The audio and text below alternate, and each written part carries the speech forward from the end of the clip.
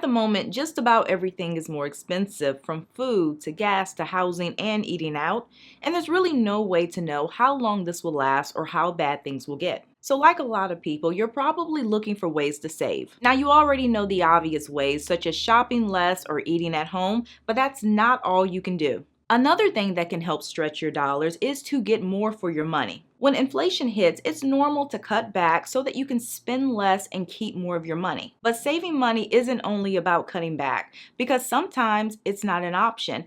And even when it is, understandably, we still want to live and do the things that we enjoy. And these things sometimes involve spending money. So rather than eliminate everything that isn't a necessity, consider ways to get more for your money. And this can involve asking for discounts or maybe asking for free upgrades when appropriate, because the way I see it, the worst they can say is no. I tried this for the first time several years ago while buying clothes. I was at checkout and I casually asked if there was any discounts I could take advantage of. And the sales girl, she says, "Well, are you a student?" Which I said no. And she says, "Well, are you in the military?" Which I also said no. And then she says, "Well, do you have a AAA membership?" Which I did have. And then she told me that as a member, I could get 25% off of my purchase. You can also download Upside to save on gas. It's no secret that gas prices are on the rise, and if you're like me, you're probably spending an extra $25 to $30 to fill up. Now, there's nothing you can do about prices, but one thing you can do to soften the blow is look for creative ways to save money. Upside is a platform where you can shop and earn cash back on different purchases, including gas.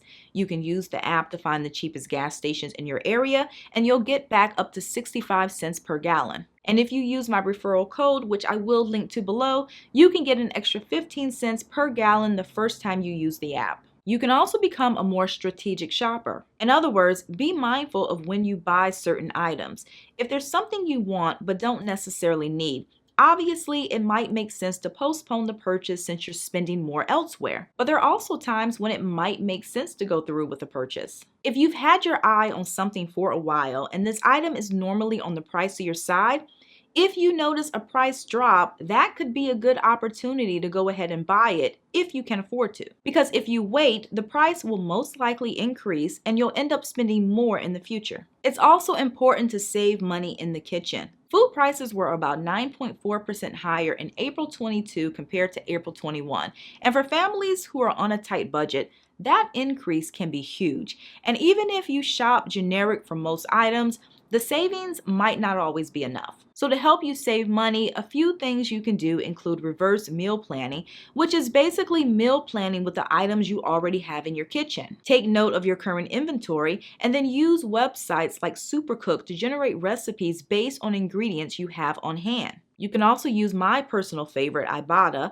where you can save money without clipping coupons. You can get cash back when you shop retailers like Walmart, Target, and Kroger. I've been using the app for a couple of years now, and I've earned hundreds in cash back. So check it out and see if it makes sense for you.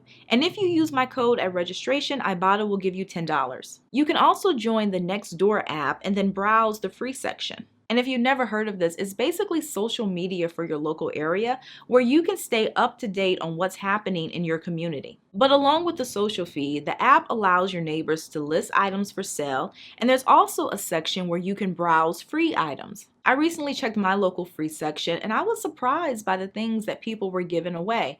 I saw coffee tables, toys, shelves, home decor, and a lot of the stuff looked to be in good condition or maybe just needed some spray paint. And if you're looking to make a little extra money on the side, another option is to get a free item, fix it up, and then sell it. And if you can't find an item for free, maybe you can borrow it from someone. If you need an item for a one-time use or only a few uses, instead of buying it and possibly never using it again, ask around. Chances are someone in your circle can lend it to you. Also, if you have variable rates, now is the time to lock in a fixed rate. Variable rates are those that can increase or decrease as the market changes. So if your rates go up, you end up spending more. Therefore, if you have an adjustable rate mortgage, you might consider refinancing into a fixed rate mortgage before your next reset. A lot of credit cards have variable rates too. So if you're carrying a balance from month to month, consider a balance transfer to a card that offers a 0% intro rate. And then come up with a plan to pay off the debt within this intro period, and of course, don't add new debt. This might also be a good time to sell an extra vehicle. At one point, used car prices were up to 45% higher compared to last year. Now, a couple of days ago, I heard that this is starting to cool off a bit, but there still might be an opportunity to cash in. So if you have an extra car that you're not really using, or you feel that your family can get by with one less vehicle, consider selling and then using that cash as a cushion. So that's all that I have for you guys today. Don't forget to like, comment, and share, and also subscribe if you like personal finance and you want to see more videos like this. I typically post every Saturday, so thank you again for watching, and I'll see you in a few days.